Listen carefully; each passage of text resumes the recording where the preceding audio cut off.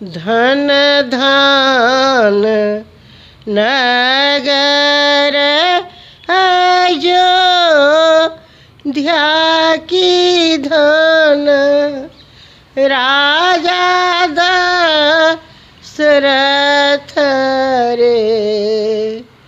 ललना रे धन रे कौशल्या रानी के भाग की राम जनम ले रे।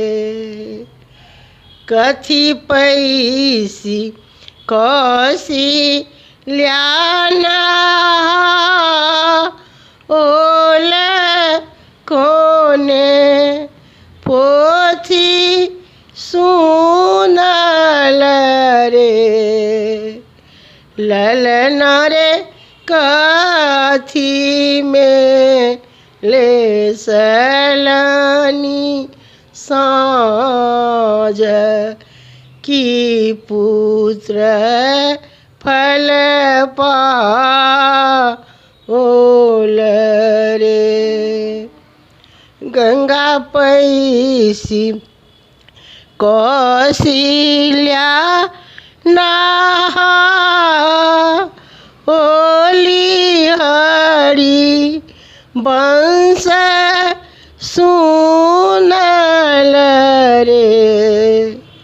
ललना रे तुलसी में ले सलनी साँझ की पुत्र फल पाओल रे। आवथु पंडित पुरोहित लोक बैस थु आसन चढ़ी रे।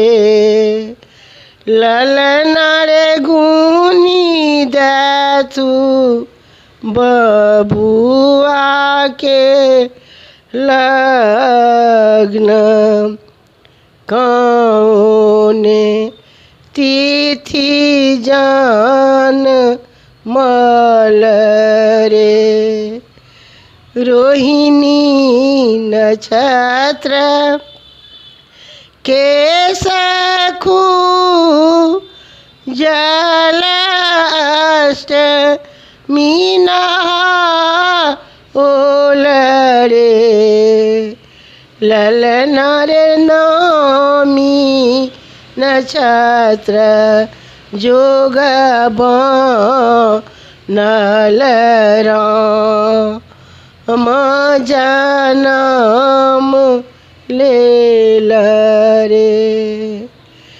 सबकी चुबई बउआ के बढ़िया छानी दिने दिने बार तारे। ललना रे 12 बरस के रहोए ताबोन चली जाए तारे।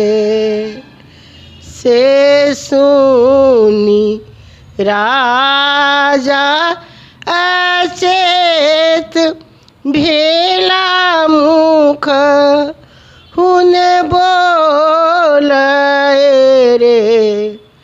ललना रे बर रे तपस्या केर राम से हो कोना बोन जेता है।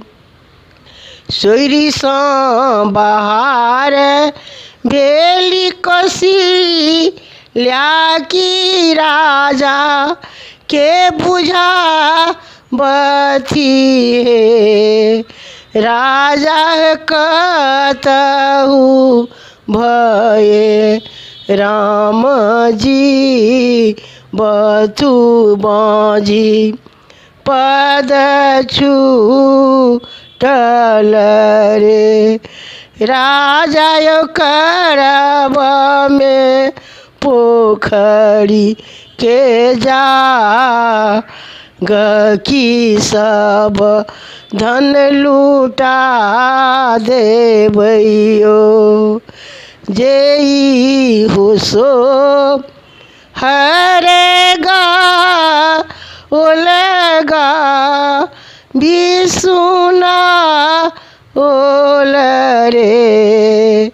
ललन रे तीन कहूबा सबैकुंठ